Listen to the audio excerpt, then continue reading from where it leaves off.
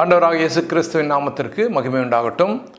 இந்த நாளிலும் இந்த மனமகிழ்ச்சி நாள் காலை வேளையிலே தேவ சமூகத்திலே வந்திருக்கிற தேவ பிள்ளைகள் ஒவ்வொருவரையும் நம்முடைய அருமை ஆண்டவர் இயேசு கிறிஸ்துவின் இணைய நாமத்திலே வாழ்த்தி வரவேற்கிறேன்.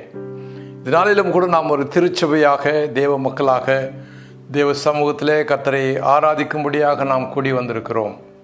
கர்த்தருடைய திருச்சபை தேவ பக்தியிலே வளர வேண்டும் என்று கர்த்தர் விரும்புகிறார். தேவ பக்தியிலே நாம் வளருவதற்கு தேவையான எல்லா ஆவிக்குரிய ஆகாரத்தையும் கர்த்தர் கொடுக்கிறார். நமக்கு தேவ பிள்ளைகளாகிய நமக்கு கர்த்தர் தம்முடைய சத்தியத்தை போதிக்கிறார். பிரியமானவர்களே, நாம் பக்தி விருத்தி அடைய வேண்டும், வளர வேண்டும், பக்தியிலே விருத்தி அடைய வேண்டும் என்று சொன்னால் நமக்கு போதிக்கப்பட்ட சத்தியத்தை நாம் பிடித்து கொண்டு அதை நாம் கற்றுக்கொண்டு அதிலே நாம் நிலைத்திருக்க வேண்டும். கர்த்தருக்கு ஸ்தோத்திரம். இது ரொம்ப முக்கியம். நமக்கு போதிக்கப்படுகிற சத்தியத்தை நாம் நன்றாக கற்றுக்கொண்டு அதிலே நிலைத்திருக்க வேண்டும். பிரியமானவர்களே, நம்முடைய நம்முடைய சரீரத்திற்கு வேண்டிய பலன் நமக்கு வேணும். நல்ல ஆரோக்கியமாக நாம் இருக்க வேண்டும், பலனமாக இருக்க வேண்டும் என்றால் நாம் ஆகாரத்தை உட்கொள்ள வேண்டும். நல்ல ஆகாரத்தை உட்கொள்ளணும். அது கெட்டுப்போன ஆகாரம் நிறைய இருக்குது. நல்ல ஆகாரத்தை உட்கொண்டு அதை நாம் ஜீரணித்து அப்படித்தான் நம்முடைய சரீரம் பலனடையும். அதே போலத்தான் நம்முடைய ஆத்துமாவுக்கும் கர்த்தர் கொடுக்கிற வசனங்கள், சத்தியங்கள், போதிக்கப்படுகிற சத்தியங்கள், இவற்றை நாம் கற்றுக்கொண்டு அதிலே நிலைத்திருக்க வேண்டும். இதற்கு ஆதாரமாக நான் எடுத்துக்கொண்ட வசனம் 2 தீமோத்தேயு 3வது அதிகாரம் 14வது வசனம். 2 தீமோத்தேயு 3வது அதிகாரம் 14வது வசனம். நீ கற்று நிச்சயித்தவைகளில் நிலைத்திரு, அவைகளை இன்னாரிடத்தில் கற்றாய் என்று நீ அறிந்து இருக்கிறாய் என்றும் சொல்லியிருக்கிறார். நாம் யார்கிட்ட அந்த சத்தியத்தை கற்றுக்கொண்டு இருக்கிறோம் என்பதும் ஒரு கேள்வி. பிரியமானவர்களே, நமக்கு கற்றுக் கொடுக்கிற ஆசிரியர் யார்? அவர் எப்படிப்பட்டவர்? ஆகவே நாம் கற்றுக் கொடுக்கிற ஆசிரியர் நமக்கு நல்ல சரியான பாடத்தை நமக்கு கற்றுக் கொடுக்கும் பொழுது அதிலே நாம் நிலைத்திருக்க வேண்டும். 2 இருக்கு. அருமையானவர்களே, இந்த சியோன் சுவிசேஷ ஜெப ஐக்கிய சபை 50 வருடங்களாக இன்றைக்கு இந்த இடத்துல 46 குட்டியப்பன் தெரு, கீழ்ப்பாக்கம், சென்னை 10 இந்த இடத்துல இந்த சபை இயங்கி வருகிறது. இந்த சபையை ஸ்தாபித்தவர் சகோதரி சாரால் நவரோஜி அவர்கள். அநேக தேவ ஊழியர்கள் இந்த சபையில் போதகர்களாக இருந்து அநேக சத்தியங்களை போதித்திருக்கிறார்கள். சகோதரி சாரால் நவரோஜி அவர்கள் இந்த சபைக்கு ஒரு ஸ்தாபகராக இருந்து, ஒரு தீர்க்கதரிசியாக இருந்து, அருமையான 400க்கும் மேற்பட்ட பாடல்களை, தெய்வீக பாடல்களை இயற்றி இன்றைக்கு வரைக்கும் நம்மை ஊக்குவித்து கொண்டிருக்கிறார். அன்னார் 2014வது வருஷம் கர்த்தருக்குள் நித்திரை அடைந்த பிறகு இந்த சபை ஊழியம் தொடர்ந்து அவர்கள் கற்றுக் கொடுத்த சத்தியத்திலேயே நடந்து கொண்டு இருக்கிறது. ஹல்லேலூயா. அதுதான் நம்ம முக்கியம். நமக்கு கற்றுக் கொடுத்தவர் யார்? அதாங்க சொல்றாரு, நீ அவைகளை இன்னாரிடத்தில் கற்றுக்கொண்டாய் என்று அறிந்திருக்கிறாய். இந்த சபையானது இந்த சத்தியத்தை கர்த்தருடைய வசனத்திலிருந்து கொடுக்கப்படுகிற சத்தியத்தை, முழு சுவிசேஷத்தை நம்முடைய சபையின் ஸ்தாபகர் மூலமாக நமக்கு கற்றுக் கொடுக்கப்பட்டது. இன்றைக்கு வரைக்கும் அந்த சத்தியத்திலே நாம் நிலைத்திருக்கிறோம். பிரியமானவர்களே, விசேஷமாக இன்றைக்கு 21ஆம் தேதி சகோதரி சாரால் நவரோஜி அவர்களுடைய கர்த்தருக்குள் மரித்ததன் 10வது நினைவு நாள், 10வது ஆண்டு நினைவு நாள். கர்த்தருக்கு ஸ்தோத்திரம். ஆகவே கர்த்தரை நாம் ஸ்தோத்தரிக்கிறோம். இந்த அருமையான ஒரு சபையை அவர்கள் நிறுவி உலகம் முழுவதும் அநேகருக்கு சத்தியத்தை பிரசங்கித்து அநேக தவறான போதகங்களிலிருந்து மக்களை விழிப்புணர்ச்சி உண்டாக்கி சரியான சத்தியத்திற்குள்ளே நடத்தி இருக்கிறார். அதற்கான ஆண்டவரை ஸ்தோத்தரிக்கிறேன். ஆகவே இந்த நாளிலே நாம் மறுபடியும் ஒரு உறுதிமொழி எடுத்துக்கொள்வோம். நமக்கு கற்றுக் கொடுத்த இந்த சத்தியத்திலே நாம் நிலைத்திருப்போம். ஹல்லேலூயா, ஸ்தோத்திரம். அதான் இங்கே சொல்கிறாரு தீமோத்தேயில, நீ கற்றுக்கொண்டு நிச்சயித்தவைகளில் நிலைத்திரு, அவைகளை இன்னாரிடத்தில் கற்றுக்கொண்டாய் என்றும் நீ அறிந்திருக்கிறாய். கர்த்தருக்கு ஸ்தோத்திரம். பிரியமானவர்களே, நாம் எபேசியரில் வாசிக்கிறோம். எபேசியர் 4வது அதிகாரத்தில் 12-13 வசனங்களை நாம் வாசிக்கும் பொழுது, எபேசியர் 4:12-13 பரிசுத்தவான்கள் சீர்பொருந்தும் பொருட்டு சுவிசேஷ ஊழியத்தின் வேலைக்காகவும் கிறிஸ்துவின் சரீரமாகிய சபையானது பக்தி விருத்தி அடைவதற்காகவும் அவர் சிலரை அப்போஸ்தலராகவும், சிலரை தீர்க்கதரிசிகளாகவும், சிலரை சுவிசேஷகர்களாகவும், சிலரை மெய்ப்பராகவும், போதகராகவும் ஏற்படுத்தினார். ஹல்லேலூயா, ஸ்தோத்திரம். சபையானது பக்தி விருத்தி அடையணும், அதான் கர்த்தருடைய சித்தம். ஆகவே சபை பக்தி விருத்தி அடைவதற்கு வேண்டிய காரியங்களை அவர் ஈவாக சபைக்கு கொடுத்திருக்கார். அப்போஸ்தலர்களை கொடுத்திருக்கிறார், தீர்க்கதரிசிகளை கொடுத்திருக்கிறார், போதகர்களை கொடுத்திருக்கிறார். இவங்கெல்லாம் சத்தியத்தை சபைக்கு போதிக்க. பிரியமானவர்களே, அருமையான சகோதரி சாரல் நவரோஜி அவர்கள் ஒரு பெரிய தீர்க்கதரிசியாக இருந்தார்கள், அப்போஸ்தலராக இருந்தார்கள். உலகம் முழுவதும், இந்தியாவில் பல இடங்களிலே பல சபைகளை நிறுவி இருக்கிறார்கள். உலகம் முழுவதும் பல சபைகளுக்கு சென்று சத்தியத்தை சத்தியமாக பிரகடனம் பண்ணி தவறான போதங்களை எடுத்துரைத்திருக்கிறார்கள். தவறான போதகங்கள், இதெல்லாம் தவறான போதகங்கள் என்று சொல்லி விழிப்புணர்ச்சியை ஏற்படுத்தி இருக்கிறார்கள். அவர்கள் ஒரு தீர்க்கதரிசியாகவும் அப்போஸ்தலராகவும் இருந்து பல வருஷங்கள் ஊழியம் செய்து 2014வது வருஷம் கர்த்தருக்குள் நித்திரை அடைந்து இந்த ஊழியத்தை நமக்கு கொடுத்து விட்டு போயிருக்கிறார்கள். அவர்கள் எழுதின தெய்வீக பாடல்கள் இன்றைக்கும் அழியாமல் இருக்கிறது. எல்லா பாடல்களையும் நாம் ஒரு பென்ட்ரைவ் என்ற ஒரு சாதனத்தில் நாம் பதிவிட்டு இன்றைக்கு விநியோகப்படுத்தி கொண்டிருக்கிறோம். தேவையானவர்கள் எங்களை அணுகி அந்த பாடல்களை நீங்கள் பெற்றுக்கொள்ளலாம். கர்த்தருக்கு ஸ்தோத்திரம். உங்களை பக்தி விருத்தியிலே நடத்தக்கூடிய பாடல்கள், ஒவ்வொரு பாடலிலும் ஒவ்வொரு பிரசங்கம் அடங்கி இருக்கிறது, ஒரு நற்செய்தி அடங்கி இருக்கிறது. அந்த பாடலை கேட்கும் பொழுதே நம்முடைய விசுவாசம் வளர்ந்து நாம் ஆவிக்குரிய ஜீவிதத்தில் பக்தி விருத்தி அடைய நமக்கு உதவுகிறவைகளாக இருக்கிறது. ஏறக்குறைய 380 பாடல்களை ஒரு பென்ட்ரைவில் நம்ம போட்டு இருக்கிறோம். அதை நீங்கள் கேட்டு பெற்றுக்கொள்ளலாம். கர்த்தருக்கு ஸ்தோத்திரம் இருக்கட்டும். பிரியமானவர்களே, நம்ம இந்த எபேசியரில் வாசிக்கிறது போல பரிசுத்தவான்களாகிய நாம், தேவ பிள்ளைகளாகிய நாம், திருச்சபையாகிய நாம் பக்தி விருத்தி அடைய வேண்டும் என்று சொல்லி இப்படியாக வல்லமையான ஊழியர்களை கர்த்தர் சபைக்கு கொடுத்திருக்கிறார். அப்படி சபைக்கு கொடுத்தவர் தான் நம்முடைய அருமையான ஊழியர் சகோதரி சாரால் நவரோஜி அவர்கள். ஆகவே நாம் அவர்கள் கற்றுக் கொடுத்த அந்த சத்தியத்தில் நாம் நிலைத்திருக்க வேண்டும். அப்பொழுதுதான் நாம் பக்தி விருத்தி அடைய முடியும். கர்த்தருக்கு ஸ்தோத்திரம். ஆகவே பிரியமானவர்களே, யாக்கோபில் கூட நம்ம பார்க்குறோம். யாக்கோபு 1 அதிகாரம் 22வது வசனம், யாக்கோபு 1:22 அல்லாமலும் நீங்கள் உங்களை வஞ்சியாதபடிக்கு திருவசனத்தை கேட்கிறவர்களாய் மாத்திரமல்ல அதன்படி செய்கிறவர்களாயும் இருங்கள்.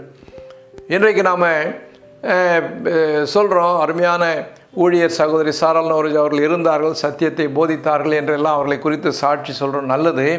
ஆனால் அந்த சத்தியத்தை நாம் கேட்கிறவர்களாக மாத்திரம் இல்லாமல் அதன்படி செய்கிறவர்களாகவும் இருக்க வேண்டும். அப்பொழுதுதான் நமக்கு பிரயோஜனம். அப்பொழுதுதான் நாம் பக்தி விருத்தி அடைந்து நாம் கர்த்தருக்குள்ளே வளர முடியும். ஸ்தோத்திரம்.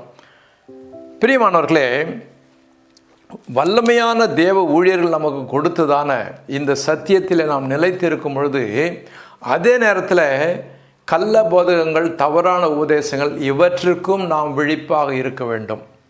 கலாத்தியரில் அப்போஸ்தலனாகிய பவுல் சொல்கிறாரு, கலாத்தியருக்கு எழுதும்போது அப்போஸ்தலனாகிய பவுல் கலாத்திய சபைக்கு சொல்கிறாரு.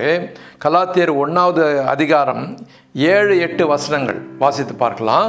கலாத்தியர் 1:7-8 வேறொரு சுவிசேஷம் இல்லையே, சிலர் உங்களை கலகப்படுத்தி கிறிஸ்துவனுடைய சுவிசேஷத்தை புரட்ட மனதாயிருக்கிறார்கள் அல்லாமல் வேறல்ல. நாங்கள் உங்களுக்கு பிரசங்கித்த சுவிசேஷத்தை அல்லாமல் நாங்களாவது வானத்திலிருந்து வருகிற ஒரு தூதனாவது வேறொரு சுவிசேஷத்தை உங்களுக்கு பிரசங்கித்தால் அவன் சபிக்கப்பட்டவனாயிருப்பானாக. அதாவது நாங்கள் சொல்லிக் கொடுத்த இந்த பியூர் காஸ்பல், ஃபுல் காஸ்பல், இந்த சத்தியத்தை விட்டு வேதத்தை புரட்டி வேற மாதிரி இதெல்லாம் தேவையில்லை, அதெல்லாம் தேவையில்லை, உலக ஆசீர்வாதங்கள் இருந்தால் போதும் என்று ஆவிக்குரிய காரியங்களை குறித்து போதிக்காமல் உலக ஐஸ்வர்யத்தை குறித்தே போதித்து உலகத்தினுடைய வேஷங்களிலே திசை திருப்புகிற வேற சுவிசேஷத்தை யாராவது வந்து பிரசங்கித்தால் அதை ஏற்றுக்கொள்ளாதீங்க. நம்முடைய நமக்கு போதித்த சத்தியத்தை போதித்தவர்களிடத்தில் நாம் கேட்ட சத்தியத்தின்படியே நாம் பின்பற்ற கடவோம். நமக்கு கர்த்தர் இந்த உலக வாழ்க்கையிலும் சரி, ஆவிக்குரிய வாழ்க்கையிலும் சரி, இரண்டிலும் நமக்கு மேன்மை நம்மைப்படுத்துவார், நம்மை வளரச் செய்வார், பக்தி விருத்தி அடைய செய்வார். ஆகவே இந்த கள்ள போதகங்களிலிருந்து நாம் எப்பொழுதும் நாம் எச்சரிப்பாக இருக்க வேண்டும். எபேசியரில் கூட அதை நம்ம பார்க்குறோம். எபேசியரில் நாம் பார்க்கும் பொழுது எபேசியர் 4வது அதிகாரத்தில் அங்கேயும் நமக்கு அந்த ஒரு எச்சரிப்பை கொடுக்கிறதை நாம் பார்க்கிறோம். எபேசியர் 4வது நாம் பார்த்தோம், சிலரை அப்போஸ்தலராகவும் போதகர்களாகவும் ஏற்படுத்தினார், தீர்க்கதரிசிகளாகவும் ஏற்படுத்தினார் என்று சொல்லி நம்ம பார்த்தோம். அந்த இடத்துல எபேசியர் 4வது அதிகாரத்தினுடைய சில வசனங்களை நாம் பார்க்கும் பொழுது 14வது வசனத்தை நாம் பார்க்கும் பொழுது 14ல், நாம் இனி குழந்தைகளாய் இராமல் மனுஷருடைய சூதும் வஞ்சிக்குதற்கு ஏதுவான தந்திரமுள்ள போதகமாகிய பலவித காற்றினாலே அலைகளைப் போல அடிபட்டு அலைகிறவர்களாய் இராமல் என்று அங்கே ஒரு எச்சரிப்பை கொடுத்திருக்கிறார். இன்றைக்கு பலவிதமான உலக வேஷத்துக்குரிய காரியங்கள் சபைக்குள்ளே பலவிதமான காற்றுகளில் அலைப்படுகிறது போல இன்றைக்கு சத்தியங்களை புகுத்துகிறார்கள் சபைக்குள்ளே. ஆகவே நாம் விழிப்பாக இருக்க வேண்டும் என்று நமக்கு இந்த நாளிலே கர்த்தருடைய வசனத்தை வைத்து நான் உங்களுக்கு எச்சரிக்க விரும்புகிறேன். பலவிதமான உலக வேஷங்கள், சினிமாக்காரன் போடுற மாதிரி ஆட்டம், அவன் போடுற மாதிரி டான்ஸு, இதெல்லாம் அவர் தாவீது டான்ஸ் ஆடினார், இப்படி அப்படி சொல்லிட்டு பரிசுத்தம் இல்லாமல், ஆவிக்குரிய ஜீவித்திலே வளர்ச்சி இல்லாமல், பரலோக ராஜ்யத்தை குறித்த ஒரு தரிசனம் இல்லாமல், கர்த்தருடைய வருகை குறித்த தரிசனம் இல்லாமல், இந்த உலகத்தினுடைய ஐஸ்வர்யம், இந்த உலகத்தினுடைய செழிப்பை மாத்திரம், இந்த உலகத்தினுடைய ஆட்டம் பாட்டம் கொண்டாட்டம், இப்படிப்பட்ட பலவிதமான உபதேசங்கள் இன்றைக்கு சபைக்குள்ளே வந்திருக்கிறது. பிரியமானவர்களே, இந்த நாளிலே நாம் ஒரு உறுதிமொழி எடுத்துக்கொள்வோம். பலவிதமான இந்த காற்றிலே நாம் அலைபடுகிறவர்களாக இராதபடிக்கு நம்முடைய முன்னோர்கள், நம்முடைய தீர்க்கதரிசி, நம்முடைய ஊழியர் நமக்கு எப்படி கற்றுக் கொடுத்தார்களோ அந்த சத்தியத்திலே நாம் நிலைத்திருப்போம், தெய்வ பக்தியிலே நிலைத்திருப்போம். திருச்சபையான பக்தி விருத்தி அடைய வேண்டும் என்ற தேவனுடைய அந்த நோக்கத்தை நாம் கடைபிடிப்போம். கர்த்தருக்கு ஸ்தோத்திரம். பிரியமானவர்களே, அது மாத்திரமல்ல, இப்படியாக நாம் பக்தி விருத்தி அடைந்து இந்த கள்ள போதங்களுக்கெல்லாம் நாம் எச்சரிக்கையாக இருந்து வளரும்போது நம்மால் இந்த உலக மக்கள் ஆசீர்வதிக்கப்பட வேண்டும். நம்மால் உலக மக்களுக்கு கிறிஸ்துவின் ஆசீர்வாதம் போய் சேர வேண்டும். நம்மால் இந்த ரட்சிப்பு உலக மக்களுக்கு சேர வேண்டும். பாருங்கள், ஆபிரகாமை கர்த்தர் அழைத்த பொழுது ஆதியாகமம் 12வது அதிகாரம் 3வது வசனத்தில், ஆதியாகமம் 12:3, பூமியில் உள்ள வம்சங்கள் எல்லாம் உனக்குள் ஆசீர்வதிக்கப்படும் என்றார். ஆபிரகாமை அழைத்து சொன்னார், பூமியில் உள்ள வம்சங்கள் எல்லாம் உன்னாலே ஆசீர்வதிக்கப்படும். பிரியமானவர்களே, அதற்கு பிறகு இயேசு கிறிஸ்துவுக்கு பிறகு சொல்றாரு, ஆபிரகாமுடைய ஆசீர்வாதம் கிறிஸ்துவின் மூலமாக நமக்கு வந்திருக்கிறது. இப்போ நமக்கு வந்த இந்த ஆசீர்வாதமானது உலக மக்களுக்கு போக வேண்டும். உலகத்தின் வம்சங்கள் நம்மால் ஆசீர்வதிக்கப்பட வேண்டும், தேசங்கள் நம்மால் ஆசீர்வதிக்கப்பட வேண்டும், இந்தியா நம்மால் ஆசீர்வதிக்கப்பட வேண்டும். ஆசீர்வதிக்கப்பட வேண்டும் என்று சொல்லும் பொழுது இந்த உலக பிரகாரமான செழிப்பை மாத்திரம் நான் சொல்லவில்லை, ஆவிக்குரிய ஆசீர்வாதத்தை சொல்கிறேன். ஆத்துமாக்கள் ரட்சிக்கப்படணும். ஆத்துமாக்கள் கிறிஸ்துவனுடைய அந்த ரட்சிப்பை ஏற்றுக்கொண்டு ரட்சிக்கப்பட வேண்டும். இதுதான் உண்மையான ஆசீர்வாதம். உலக செழிப்பு யார் வேணாலும் கொடுக்கலாம். உலக செழிப்பு தாறுமாறாக வாழ்க்கை வாழ்ந்து உலகத்திலே செழிப்பாகவும் கூட இருக்கிறார்கள். அதை பற்றி நான் அதிகமாக சொல்ல, உலக செழிப்பு கர்த்தர் கொடுக்கிறார். வானத்தின் பறவைகளை கவனித்து பாருங்கள், அவைகளை போஷிக்கிறவர் யார்? அவைகளை போஷிக்கிறவர் உங்களை போஷிக்க மாட்டாரா என்று சொல்லுகிறார். நம்மை போஷிக்கிறார். இந்த உலகத்தில் நமக்கு போஷிப்பை கொடுத்து நமக்கு செழிப்பை கொடுக்கிறார். ஆனால் முக்கியமானது நம்முடைய ஆத்துமா ரட்சிக்கப்பட வேண்டும். பிரியமான சகோதரனே, சகோதரியே, உன் ஆத்துமா உனக்குள் வாழ்வது போல நீ எல்லாவற்றிலும் வாழ்ந்து சுகமாயிருப்பாயாக என்று நாம் 3 யோவானில் வாசிக்கிறோம். ஆம் பிரியமானவர்களே, நம்முடைய ஆண்டவராக இயேசு கிறிஸ்துவுடைய சத்தியத்தை முழுமையாக நாம் பின்பற்றுகிற நாம், அவரால் ஆசீர்வாதம் பெற்ற நாம், அந்த ஆசீர்வாதம் யாம் பெற்ற இன்பம் பெருகையோ வையகம், நம்மாலே உலக மக்கள் ஆசீர்வதிக்கப்பட வேண்டும். இயேசு கிறிஸ்துவனுடைய சத்தியத்தை, இயேசு கிறிஸ்துவனுடைய சுவிசேஷத்தை, இயேசு கிறிஸ்துவனுடைய ரட்சிப்பை இந்த உலக மக்கள் பெற்றுக்கொள்ள வேண்டும். ஆபிரகாமுக்கு சொன்னார், உன்னால் உலகத்தின் சந்ததிகள் ஆசீர்வதிக்கப்படும், உங்களால் என்னாலும் உலக மக்கள் ஆசீர்வதிக்கப்பட வேண்டும், கர்த்தருடைய ரட்சிப்பை பெற்றுக்கொள்ள வேண்டும். ஆகவே பாருங்க, உலக மக்கள் நம்மாலே அந்த ஆசீர்வாதம் பெற்றுக்கொள்ள வேண்டும் என்று சொல்லும்போது அந்த லைன் ஆஃப் கண்ட்ரோல் பாருங்க. நமக்கு திருச்சபையில் நமக்கு ஊழியர்களை கொடுத்து சத்தியத்தை கொடுத்து போதித்து கற்பித்தார்கள். அந்த அவர்கள் கற்பித்ததிலே நாம் நிலைத்து இருக்கிறோம். அப்படியாக நாம் நிலைத்து இருக்கும் பொழுது அந்த சத்தியத்தை நாம் மற்றவர்களுக்கு எடுத்து சொல்லுகிறோம். அப்படியே அந்த லைன் ஆஃப் சீக்வன்ஸ் வரணும். நாம் கற்றுக்கொண்டது அதிலே நாம் நிலைத்திருந்து மற்றவர்களுக்கு நாம் சொல்லணும். அப்படி மற்றவர்களுக்கு சொல்லும் பொழுது நமக்கு எப்படி அவர்கள் கற்றுக் கொடுத்தார்களோ அந்த சத்தியம், அவர்களிடத்தில் இருந்த வல்லமை, அவர்களிடத்தில் இருந்த வல்லமையை நாமும் பெற்றுக்கொள்ள வேண்டும். இதற்காக நாம் வைராக்கியமாக அவர்களை பின்பற்ற வேண்டும். வைராக்கியமாக ஆண்டவரிடத்தில் கேட்க வேண்டும். ஆண்டவரே, அவர்களுக்கு கொடுத்த அந்த வல்லமை, அவர்களுக்கு கொடுத்த அந்த தரிசனம், அவர்களுக்கு கொடுத்த அந்த அபிஷேகம், இவற்றை எங்களுக்கும் தாரும் ஆண்டவரே. அவர்கள் ஊழியம் செய்தது போல நாங்களும் தொடர்ந்து ஊழியம் செய்யணும். அநேகருக்கு நாங்கள் பிரயோஜனமாக இருக்க வேண்டும். உம்முடைய ஆசீர்வாதத்தை அநேகருக்கு நாங்கள் கொண்டு செல்ல வேண்டும் என்று வைராக்கியமாக பின்பற்றி அதை நாம் பெற்றுக்கொள்ள வேண்டும். பாருங்க, எலிசா எப்படி எலியாவை வைராக்கியமாக பின்பற்றி எலியாவினுடைய இரட்டிப்பான வல்லமையை பெற்றுக்கொண்டு ஊழியம் செய்தார் என்று வேதத்தில் வாசிக்கிறோம். பாருங்க, அப்போ எலியா எடுத்துக்கொள்ளப்பட்டார். எலிசா இப்படி பார்க்குறாரு, அவர் மேலே விழுந்த சால்வை இவர் எடுத்துக்கொண்டு அந்த சால்வை எடுத்துக்கொண்டு போகிறாரு. பாருங்க, ரெண்டு ராஜாக்கள் பகுதியில் ஒரு 2வது அதிகாரம் 14வது வசனம், 2 ராஜாக்கள் 2வது அதிகாரம் 14வது வசனத்தில், எலியாவின் மேலிருந்து கீழே விழுந்த சால்வை பிடித்து எலியாவின் தேவனாகிய கர்த்தர் எங்கே என்று சொல்லி தண்ணீரை அடித்தான். தண்ணீர் அடித்தவுடனே அது இரு பக்கமாக பிரிந்ததினால் எலிசா இக்கரைப்பட்டான். பாருங்க, எலியாவின் மேலிருந்த சால்வை எடுத்துக்கொண்டு வராரு. ரொம்ப மனசில் வேதனையோடு, ஐயோ என்னுடைய ஆண்டவன் போயிட்டார், அவருடைய ஊழியத்தை நான் செய்ய வேண்டும் என்றால் அவருடைய இரட்டிப்பான வல்லமை எனக்கு வேண்டும் என்று கேட்டேன். இப்போ இருக்கா, எனக்கு வந்துச்சா, அந்த இரட்டிப்பான வல்லமை என்னிடத்தில் இருக்கிறதா என்று போறாரு. ஒரு பெரிய ஆறு குறுக்க நிற்குது, எப்படி தொடர்ந்து போகிறது? அப்போ அந்த சால்வை எடுத்து அந்த தண்ணீரை அடிக்கிறார். எலியாவினுடைய வல்லமை எனக்கு வந்திருக்கா, எலியாவினுடைய வல்லமை எங்கே என்று சொல்லி அடிக்கும் பொழுது கர்த்தர் அந்த இடத்துல எலிசாவுக்கு வெளிப்படுத்துகிறார். ஆம், எலியாவின் மேலிருந்த வல்லமை உனக்கு கொடுத்தேன், தண்ணீர் 2ஆக பிரிந்தது, கடந்து போகிறார். பிரியமானவர்களே, நீங்கள் அப்படி சொல்லுங்க, எங்களுக்கு கற்றுக் கொடுத்த எங்களுடைய ஊழியருடைய வல்லமை எங்களுக்கு வந்திருக்கா என்று சொல்லி உங்களுக்கு எதிராக வருகிற தடைகளை ஓங்கி அடிங்க. இயேசுவின் நாமத்தில் அவைகள் 2ஆக பிரியும். நீங்கள் ஒரு திறந்த வாசலோட ஊழியத்தை செய்வீர்கள். உங்களால் உலகம் ஆசீர்வதிக்கப்பட வேண்டும். நம்முடைய முன்னோர்களுடைய நமக்கு சத்தியத்தை கற்றுக் கொடுத்தவர்களுடைய வல்லமை நமக்கு வரும்.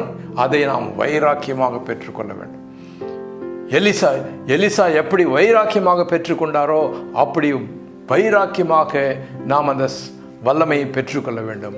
பெற்றுக்கொண்டு நாம் தொடர்ந்து முன்னேறி செல்ல வேண்டும். நம்முடைய ஒரே நோக்கம், தேவனுடைய திட்டம் என்னுடைய வாழ்க்கையில் என்ன, அதை நான் நிறைவேற்ற வேண்டும். கர்த்தர் என்னை எதற்காக பிடித்தார்? இந்த உலக வாழ்க்கையில் கர்த்தர் என்னை எதற்காக பிடித்தார்? ஏதோ தினம் வேலை செஞ்சு சம்பாரித்து சாப்பிட்டு தூங்கி மறுநாள் வேலைக்கு போய் சாப்பிட்டு தூங்கி, இதுக்காகவா நான் இந்த உலகத்தில் கர்த்தர் என்னை பிடித்தார்? உலக மக்களை பற்றி விடுங்க, விசுவாசிகளாகி உங்களை பற்றி என்னை பற்றியும் பேசுகிறேன். விசுவாசிகளாக கர்த்தர் நம்மை தெரிந்து கொண்டதன் நோக்கம் என்ன? எல்லாரை போலவும் நாமும் காலையில் எழுந்து வேலைக்கு போய் வந்து மாதம் ஆனால் சம்பளம் வாங்கி சாப்பாடை வாங்கி சாப்பிட்டு இப்படியே போகவா இருக்கிறோம்? இல்லை, கர்த்தர் உங்களையும் என்னையும் பிடித்த நோக்கம் ஒன்று உண்டு. இந்த உலகத்தை கடந்த ஒரு நோக்கம். ஹல்லேலூயா, ஸ்தோத்திரம். அவருடைய சத்தியத்தை கற்றுக்கொண்ட நாம் அதில் நிலைத்திருந்து நமக்கு சத்தியத்தை கற்றுக் கொடுத்தவர்களுடைய அந்த தேவ வல்லமையை நாமும் பெற்று நாமும் தொடர்ந்து இந்த உலகத்திலே ஊழியம் செய்யணும். அதான் பவுல் சொல்கிறாரு பிலிப்பியர் 3வது அதிகாரம் 12வது வசனத்தில், கிறிஸ்து இயேசுவினால் நான் எதற்காக பிடிக்கப்பட்டேனோ அதை நான் பிடித்து கொள்ளும்படியாக ஆசையாக தொடர்கிறேன். ஆமாம், கிறிஸ்து என்னை எதற்கு பிடித்தார்? அவருடைய சுவிசேஷத்தை மற்றவர்களுக்கு சொல்லவும், அநேகரை கிறிஸ்துவின் பிள்ளைகளாக மாற்றவும், அநேகர் கிறிஸ்துவினாலே சத்தியத்தை ஏற்றுக்கொண்டு ரட்சிக்கப்படவும், பரலோக ராஜ்யத்தில் அநேகர் வந்து சேரவும், இதற்காகத்தான் கர்த்தர் என்னை பிடித்தார். அதை தொடரும்படியாக, அதை பிடித்து கொள்ளும்படியாக தொடர்கிறேன் என்று நாம் தொடர்ச்சியாக ஓடுவோம். கர்த்தர் நம்மை ஆசீர்வதிப்பார். கர்த்தர் தாமே இந்த வசனங்களை கொண்டு நம்மை ஆசீர்வதிப்பாராக. ஜெபிப்போம். எங்கள் அன்பின் ஆண்டவரே, உம்மை ஸ்தோத்திரிக்கிறோம் கர்த்தாவே. இந்த நாளிலும் கூட இந்த அருமையான திருவசனங்களுக்கு நமக்கு நன்றி செலுத்துகிறோம் சுவாமி. நாங்கள் கற்றுக்கொண்ட சத்தியத்திலே நாங்கள் நிலைத்திருந்து கர்த்தாவே, எங்களுக்கு சத்தியத்தை கற்றுக் கொடுத்தவர்கள், அவருடைய வல்லமையை நாங்களும் பெற்று நாங்களும் ஊழியம் செய்து இன்னும் அநேகரையும் பக்கமாக நாங்கள் கொண்டு வர எங்களை எடுத்து பயன்படுத்தும். கள்ள போதகங்கள், கள்ள உபதேசங்கள், இவற்றுக்கு இப்படிப்பட்ட பலவிதமான காற்றுகளிலே நாங்கள் அசையாதபடிக்கு நாங்கள் உறுதியாக இருந்து உம்மை பின்பற்றி அநேகரையும் பாதம் நடத்த எங்களை எடுத்து பயன்படுத்த வேண்டுமோ ஜெபிக்கிறோம். இந்த ஆண்டவரே 10வது ஆனிவர்சரி, சகோதரி சாரல் நவர்கள் இந்த 10வது ஆனிவர்சரியில் கர்த்தா அவர்கள் விட்டு சென்ற ஊழியத்தை நாங்கள் தொடர்ந்து செய்ய எங்களுக்கு கிருபை தாரும். அப்படிப்பட்ட ஒரு மகத்தான ஊழியர்களை கொடுத்ததற்காக நமக்கு நன்றி செலுத்துகிறோம் சுவாமி. அதில் தொடர்ந்து அவர்கள் பாடல்கள் இன்னும் அநேகரை உற்சாகப்படுத்த கிருபை தாரும் சுவாமி. இந்த நேரத்திலும் கூட யார் யார் இந்த ஆராதனையில் வந்தார்களோ, யார் யார் எந்தெந்த நோக்கத்தோடு வந்தார்களோ அவர்கள் நோக்கங்களை நிறைவேற்றும். கர்த்தாவே, ஒவ்வொருவருடைய பிரச்சனைகள் அகன்று போகட்டும். இயேசுவின் நாமத்தில் சுகவீனமாக வந்தவர்களை சுகப்படுத்தும் கர்த்தாவே. ஆசீர்வதியும். வருகைக்காய் எங்களை ஆயத்தப்படுத்தும். இயேசு கிறிஸ்துவின் வல்லமையுள்ள நாமத்திலே ஜெபங்களை ஏறெடுக்கிறோம் நல்ல பிதாவே. ஆமேன், ஆமேன்.